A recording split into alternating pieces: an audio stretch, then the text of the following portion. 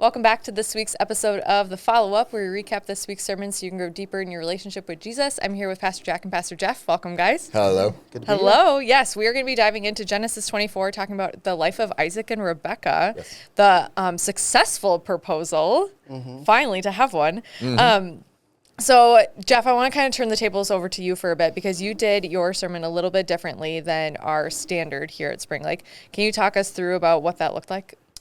Yeah, so we met and kind of got our outline points, and I went back to the drawing board and was working on it. And the more I prayed, there's a few moments in your life where you have those just like pressing of the Holy Spirit. It was one of those, sometimes the prophets talk about like, if I don't speak, like something bad's going to happen.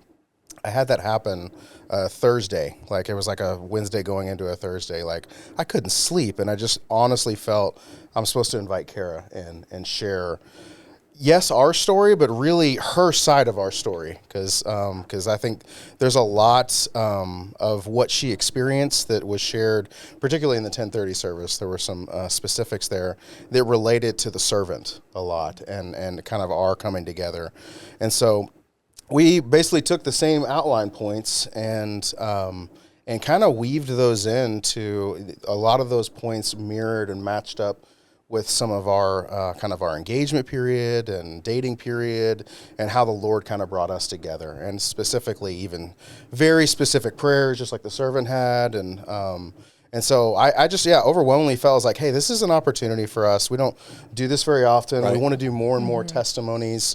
This would be a really good opportunity to invite her up and give her a chance to share her story. It's also good to have another voice up there. I think that's one of the unique things about Spring Lake is we have a lot of voices with our different pastors, and just got tremendous feedback, initially from a lot of people, just getting a chance to hear those pieces, and getting a chance to hear my wife and hear a little bit of our story, which people don't always get a chance to do. And so, it was great. I was super proud of her, way out of her comfort zone.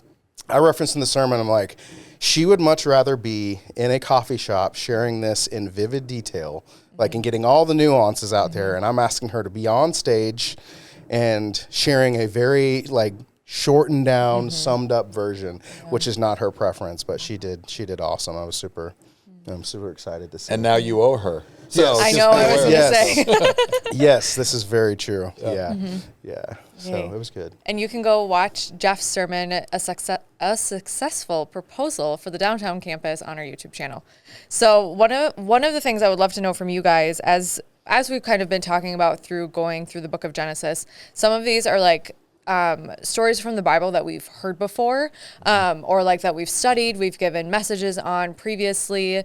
We've taught our kids these certain stories in the Bible. What was something that was surprising or something unexpected that you learned as you were kind of digging through the passage this week? Man, there were so many takeaways this week. It's one of those, I know for myself, 8 to 10 pages of notes, I'm going to be right where I need to be. I started cutting back before I was done, and I was already over 13. Just from so much, the historical aspect, the storyline that we're reading, plus 66 verses is going to make for a longer message. I had a great value and respect for that servant who's overseeing all of the household already of Abraham, who's loaded. I mean, that's a lot to oversee. Yeah. And then to be told, hey, go find a wife for the next generation. This thing is going to rise and fall on who you bring home. So go do it well. And he does, and he does it. There was so much to love about what you see in the character and integrity and the care of the servant slave for Abraham. I not going too far into it because we have it in a few weeks, but Laban is someone I've always heard about, and he shows up, and I never put together Laban, Rebekah's brother, and Laban, who in a few chapters Jacob is going to go to. And we're going to have the play for the sisters. Right. And it's so interesting. Laban's pretty opportunistic, and Laban sees when God's hand is on somebody. And Laban sees it usually in the form of returned wealth. So in this account, Laban sees the gold nose ring and the bracelets, and he's like, this is a man of God. This is a man who God's hand is blessing. Come stay with us. And then when he hears the story, he's like, there's no other way around this. Like, you've got God's favor. Rebekah should go with you. And it's a cool interaction that happens after that. But then when you fast forward to Rachel and Leah, which we haven't gotten to yet in the message, but God's hand is all over Jacob. Everything Jacob does is blessed. And Laban's like, I need you around a little longer. So I'm going to pull one over on you, play a trick on you to keep you here because I'm enjoying the blessings you got. And you kind of see the same thing. I've never put Laban together in the storyline that way. Yeah. Yeah, Laban really is that opportunist, which when we get there to see the tables turn on Jacob, for example. And yeah, I mean, I think similar, like you mentioned, the testimony piece, that was actually one of the main things that made me want to, man, I'd love to have a testimony part of it because that, I mean, that's kind of, and I mentioned that, it's kind of what made that the longest chapter in Genesis is that he retells the story. But it is him retelling the story that really convinces Laban that, oh, this is from the Lord. Like when you share those details and God meeting in all these spaces, like that was really cool. And then also I mentioned this a little bit, but didn't get to camp out much, but having this right after, the whole Abraham sacrifice of Isaac or almost sacrifice of Isaac on Mount Moriah, that being the picture of the gospel, and then you have the father sending the servant to get a bride for the son. Like you're just like, wow, these are huge, like New Testament gospel connections. Yeah. And I think that was the overriding story that we shared was like, hey, this is actually the story of God's love for you. Yeah. Whenever you marvel at human love and you see those like this pursuit that's happening, it really is meant to go, oh wow, like those are pictures of God's love for us, that he pursues us in those ways. And then that unnamed servant piece, which I think I mentioned, but a lot of scholars thought it may be Eliezer, that's from Genesis 15. Okay. And his name means God helps, like the helper of God. And so we also see the Holy Spirit is the helper, the advocate that comes in. And so some of those New Testament connections, I don't think I saw those as clearly before. So, which is really cool. Yeah. Jack, you had mentioned a lot of praying through the difficult times. And like you had made a mention in your sermon to like pause and like have us sit with like what are the things that we're praying through or like the tests that we're in or whatever it may be. Can you kind of shed a little light on like where the Spirit was guiding you through that to like land on sharing that this weekend? Yeah, for me, without going into detail, that part of the message was preaching to myself. There are just certain things you go through in life as a pastor. We're wrestling with this far more than the 1 hour or honestly 35 minutes we usually get to kind of teach it. For me, the wrestling has been going on, and to pray with expectancy. He's showing up and he knows he can't have like bottom of the barrel. Okay, which woman's left? He's bringing someone back for Isaac, who on the way back, by the way, he's like, that's my master, referring to Isaac. So we see a shift happening. That's a side note, but the prayer started before he gets there. He's praying as the women are coming up. And then as he sees Rebekah, he just watches. And for me, the big standouts are, number one, God knew the answer to that prayer before the prayer came out of his mouth. Secondly, he says that I was praying these things in my heart. So it's not that you always have to verbalize. The holding on and praying and not obsessing, very different things. I'm sometimes far better at the latter than the former. But to remember to pray with expectation. We do serve a very capable and able God who is all powerful. And instead of sliding the bar lower and lower and lower, like, hey, God, like, I don't know what you're going to do. Are you going to do anything? Like, just keep praying and trusting in the Lord. This isn't to twist his arm.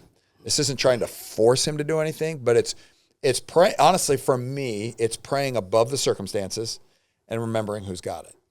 And I just see that with the servant. And it's not for him. It's not about lotto tickets or what he's going to get, or houses or cars. It's about how is this going to be a blessing for Abraham and honestly the people of God, which is going to be a nation. And this is the next generation of it. So that's why it was like, let's stop and let's just look at what are the things that maybe we're starting to doubt instead of pray in faith, instead of moving forward in faith, which was kind of the point right before it. So it built on it. And that for me was the takeaway, even in the moment, like I said, kind of preaching to myself of, okay, remember, this is a big God we're serving. And whether the person you're praying for believes it or not, they're still they're still being led and guided by his hand. We see Rebekah shows up while he's praying, so God already had the pieces on the board moving. One of your guys' points was talking about having integrity in character. Yeah. Yep. Can you guys shed a little bit more light on how we've seen that play out in this passage? Yeah, I mean, I think, again, we ended up kind of weaving it into our story a little bit because of just some of those pieces that I know specifically for us that had drawn us to each other. When I looked into the commentaries and the scholars, they talked a lot about just that this was not for like racial reasons. This was specifically for religious reasons. And one of the things I mentioned is like there's, you have like this idea. I mean, it's going back to Azer and the idea of a helpmate in Genesis 2. Like he realizes like Isaac needs a covenant partner. Like he needs someone who is going to help him fulfill those things. So this is not just, hey, I need to make an alliance with somebody for material wealth, or I need to find a pretty girl, or they need to make sure they have a lot of babies. Like he recognizes, hey, there's got to be some inner fortitude that's involved there. And it's kind of interesting in the sense that, like for Abraham, it's like, go back to my family, which, he has some inkling that like, hey, there's a responsiveness to the one true God, just like he did. And then the servant kind of adds another layer to it, because there wasn't an instruction to go and do this like test with the camels and the jars, and you did the math, which is insane to imagine her for like hours, Seriously. possibly, Yeah. like going down and filling these up, and like some of them said that like we don't even know what kind of well it was, and so the well isn't necessarily a smallmouth well where she's pulling it up. It could have been one where she had to go down and get like these 3-gallon jars and bring them back up, and so it's just this.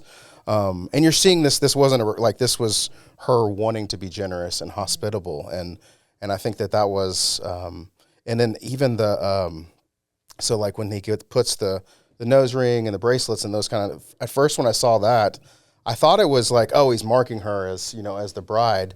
But a lot of commentaries actually say, no, that was a reward for her kindness and hospitality. And I was like, oh, that's cool. So that's like, that was given to her whether she came or not. Right. Like she still had no idea. Right. Yeah. Yeah. Which is really cool to even to see that of like, okay, yeah, God was moving in that, and he was gracious towards her even before he knew for sure this was going to work out. Like, yeah. And I love two parts of what you're talking about. One is the integrity and care of, once again, the servant.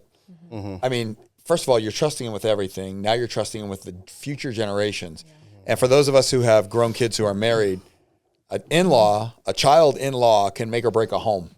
We're going to hit Jacob and Esau in a little bit. And you and I were talking about this, like who Esau chooses. Isaac and Rebekah are like, oh, do they have to come over at Thanksgiving this year? Because they're really annoying. So there's that side of the family piece. So there's integrity in the servant who could have just kept walking because he's freed of everything if he doesn't find her. He doesn't. He does an A game. And then Rebekah, high integrity. We read that in the first part of the verse. Yes, she's beautiful. Yes, she has integrity, has not slept with the man. She's still a virgin. She's kept her integrity that way. And she's a hard worker. Like like you're talking about the water. So I think we see it in play in both, and we see it proven in both, like in time. She's kept her integrity through life. The servant has proven himself through life. So I think that integrity piece is just really cool to see. Yeah. It's like I mentioned a little bit. I don't know if I mentioned it in both services, but it was nice to be in a passage this week where you said, hey, they did something good. High five. Like this is something because it felt like for a little hour they're like, okay, I know this is kind of strange and this is what happened in the story. This isn't what you should do, but Genesis, the book of screw ups. Like the people can't get so it was right. like this, oh no, there's actually a lot of like godly character instances where you're like, oh, this is what faithfulness can and should look like in a number of ways. And isn't that the picture of life? I mean, just take Abraham for a minute. That's a really good point. Because Abraham, we were like, oh, you fled the land when there was a drought and you went to Egypt, which you weren't supposed to do. Oh, you told him she was your sister instead of your wife twice. But by the time we get to this point, we keep reading about God's blessing, and Abraham was faithful, and he's a man of faith, and he stays true. And now he's like, no, Isaac's to come back here. We learn right? Isn't that, it's kind of like the sanctifying process and the trusting the Lord and learning to do that. I'll speak for me. I know I've gone through that in life. So it's just a cool, I think, going through the life story, maybe not the whole story, but the life story of Abraham, you can see him develop and grow in that. Yeah. So good. To wrap things up, what would be your like final like piece of advice or like the one thing that you glean from this that you want our viewers to take away with this week? I'll go first. I think there's one point that I didn't get to spend time on because it's interesting because it's a story where Isaac is like hardly there. Like he's completely in the background the whole time. But we get this picture at the very end, and I didn't get a chance to hit that. It says when he comes back, when the servant's coming back with Rebekah, like that Isaac's been at Be'er Lahai-roi. And this is a callback to when Hagar is met at the well by the angel of Yahweh. This is the part where God sees and hears you, like that moment where God showed up in a location. And Isaac's coming from this place. And there's a reason why these pieces are in Scripture, that you have Isaac in a way, like knowing that the servant is gone finding him a bride, and he's in this place where he wants an encounter with the Lord. And so he's coming from this place where previously God has come and showed up in a big way. And so there was a piece there of like, I think we see throughout this, even though God is not explicitly like shown to interact with, we see him moving throughout the story. And so all these different pieces of like God's faithfulness, and I think that a lot of us live our life in those ways where we don't often have those incredible like audible voice of God, like this is definitely God. Most of the time we're living in I think this is what God's called me to do. Like, I don't know, like I know God's faithful, so I'm going to step out. I'm going to trust. And I think that's what you see in the story. Like it feels like real life in that instance. And so I think that's the encouragement of like, just because you don't necessarily like see God maybe explicitly does not mean that he's inactive or that he's not at work or that he's not like redeeming and moving all pieces into play. And you see that displayed, I think, in a beautiful way in the story where he works in the mundane of some of the areas that where we're not recognizing that he's moving. And it's cool too. It says he's coming back and he's been meditating, like he's been praying and spending time with the Lord. And even the Roy on the end of the name is the God who sees. He knows what's going on. How do you think Isaac feels knowing someone's out there picking a wife for him? Like, who's going to come back on that camel? That's a whole story in itself. We don't have time for. But, I mean, my goodness, your life is about to be decided. Your wife is about to be decided, which I love that it says he loved her. That's not just the physical aspect, but he loved her. So there's a whole field that from losing his mom, who he was close to, but Rebekah, there's that bond there. So, and for me, off of that, I think it's that God holds the storyline. Remembering that God holds the storyline. The servant didn't know that going to look for Rebekah. God's got like, I got this. Abraham sends him out in faith. Go back. The angel of the Lord's going before you. She'll be there. Just take the step. And God's got the storyline. So stay in faith. That's really the thing I saw in this whole thing for each of the main characters was just stay in faith that God, that the storyline, God will stay true to it. So that was my big one. Well, thank you guys for joining us for this week's episode of The Follow-Up. Make sure you're subscribed so you never miss out on an episode, and we'll see you guys next week.